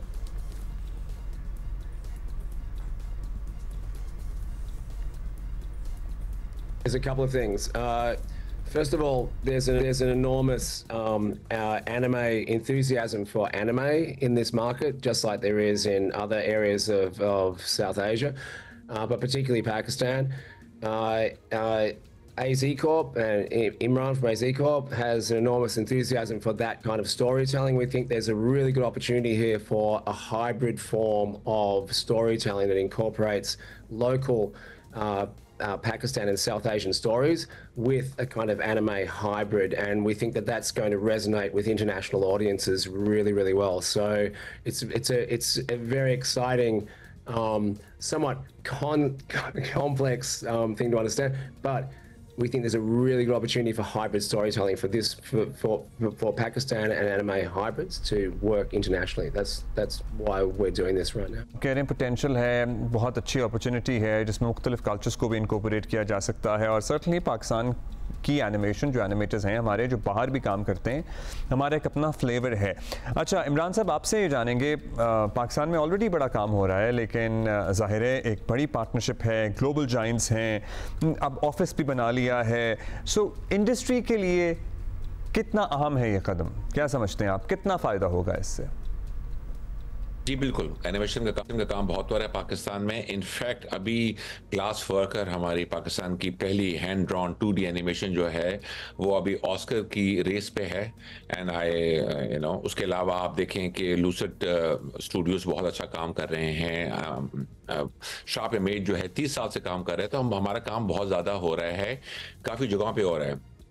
तो देखिए ग्लोबल में जाना बड़ा मुश्किल है, सिर्फ पाकिस्तान के लिए नहीं पूरी दुनिया के लिए बहुत मुश्किल है। अभी इस दफ़ा यूरोप, अफ्रीका, मिडल ईस्ट से ग्लोबल स्ट्रीमिंग प्लेटफॉर्म पे या ब्रॉडकास्ट पे जाना इतना आसान नहीं है, इवन अमेरिकन कंपनीज के लिए नहीं है। अभी बहुत बड़ा विंटर आया हुआ है, दे कॉल इट एनिमेशन का विंटर आया हुआ है, तो अमेरिका में भी कोई ऐसा कोई काम नहीं है। तो unless you have a very big animation houses, you have a very lean operations, या बहुत ही यूनिक चीज़ है आपके पास, तो to break into animation global market is not that easy and that's why we need partners like custom nuts and baboon animation to come forward with us, tell our stories to the global market. अच्छा अब ज़ाहिर है इमरान साहब आपसे जानना चाहेंगे कि आप लोगों ने ये डील हासिल करने के लिए बड़ी मेहनत की होगी, काफ़ी काम किया होगा, मुस्तकबिल के बड़े प्लान्स भी होंगे, तो आने वाले महीनों में, सालों में या हफ्तों में हम क्या एक्सपेक्ट करें, क्या ऑडियंस को देखने को मिलने वाला है? जी बिल्कुल, देखिए पहली बात तो ये पार्टनर्स को काफ़ी अरसा लगा और ये 2019 में मैं सालिस से मिला था, एमडेक क्रिएटिव कॉन्फ्रेंस हो रही थी मलेशिया में और वहाँ से हमने बात शुरू की और फिर कोविड आ गया, फिर उसमें हमने थोड़ी बात की और करते करते नेक्स्ट सालिस आए यहाँ पे और उससे पहले हमने काफ़ी चीज़ें देखी थी मिलके कि हम क्या चीज़ें कर सकते हैं पाकिस्तान से। और जो कस्टम नट्स की जो एक बहुत बड़ी एक्सपर्टीज़ है hybrid anime, with his expertise और बबून एनिमेशन की जो एक्सपर्टीज़ है उनके साथ मिलके हम कैसे इनके इंटरनेशनल एक्सपोजर लेके, इनका नो हाउ लेके, हमारी कहानियाँ कैसे हम लेके चलें in an international market, how do we retell those stories, reimagine those stories. तो देखें क्या आने वाला है, हमारे पास स्लेट ऑफ काफ़ी बड़े प्रोजेक्ट्स हैं। हमारा आइडिया ये है कि यहाँ से मिलके, इनकी दोनों कंपनियों के साथ मिलके हम ग्लोबल मार्केट के लिए शोज बनाएं जो कि यहाँ के कैरेक्टर्स हों, यहाँ की फोकलोर्स चीज़ें हों। आगे क्या होने वाला है, पहला स्लेट आपको बहुत खुशी होगी कि हम अर्ली नेक्स्ट ईयर अनाउंस करने वाले हैं, इंशाल्लाह ताला हम अनाउंस करेंगे कि पहला प्रोजेक्ट हमारा कौन सा है and we are really excited. हम उस पर 1 साल से काम कर रहे हैं और वी आर एक्साइटेड कि आज हम ये बात शेयर कर सकते हैं आप सबके साथ। चलिए we are excited to then, और हम भी मुंतज़िर हैं कि क्या होता है, क्या इसकी खासियत होती है। अगले साल के शुरू में आप कह रहे हैं नया प्रोजेक्ट अनाउंस हो जाएगा। Alright, serious. We wanted to ask you that as you are a veteran, you have been working for decades in this field. How important do you think now the audience is global to integrate different cultures into animation now?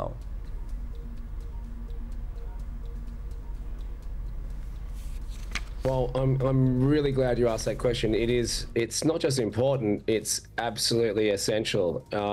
We can't be making these stories in a vacuum from Tokyo, which is where I'm based. I'm originally Australian. My remit, 15 years of working with Cartoon Network and various American companies making animation in the Asian region. One thing I know 100% is that to tell stories that are going to resonate with local audiences, there has to be local people involved in the telling of those stories. That means script writers, that means storyboard artists, particularly in what we do if it's going to have international resonance. If you're doing like slapstick comedy, for example, there has to be local board artists that really understand the slapstick mechanics and the local, nuance and influence of these stories. For example, we're making an Ibn Battuta series right now, right? This has to be created by people that have grown up with that character. This is like a super famous, as you guys would be aware in this part of the region, is such a famous explorer, incredible character. That has to be written by local people that really understand and have grown up with such characters, right? So it's so important to be working with local experts in terms of writing, in terms of storyboards, in terms of cinematography and all that kind of stuff. It's like that's what we do. That's how we always do it. We always have. We always will. Interesting. Thank you, सीला सिकी, and thank you Imran साहब. Ibn Battuta पे already काम शुरू हो गया है और उन्होंने एक एग्जांपल दे के हमें समझाया कि कितना इम्पोर्टेंट है जो लोकल लोग हैं जिनकी एक्चुअली ये कहानियाँ हैं जो बचपन से सुनते हुए बड़े हुए हैं, उनको इस प्रोसेस का हिस्सा बनाना जब आपको इस तरह की चीज़ क्रिएट कर रहे हों. So we look forward to that and a few other project from AZ corporation. अच्छा जी, इससे पहले हम क्या बता रहे थे आपको? हम बता रहे थे कि आज राहत साहब अपनी बर्थडे मना रहे हैं और उनकी 50वीं सालगिरह है. उनका बॉडी ऑफ वर्क हम सभी फ़ैन हैं उनके. मतलब उनका कॉन्सर्ट अगर आपको कभी इत्तेफाक हुआ अटेंड करने का, एक अलग ही माहौल, एक समा बांध देते हैं वो. चाहे कव्वाली का जॉनरा हो, चाहे वो उनका बॉलीवुड म्यूज़िक हो या उनके अपने जो गाने हैं बाद में आए. That is it. We can see you tomorrow इंशाल्लाह. Have a good day.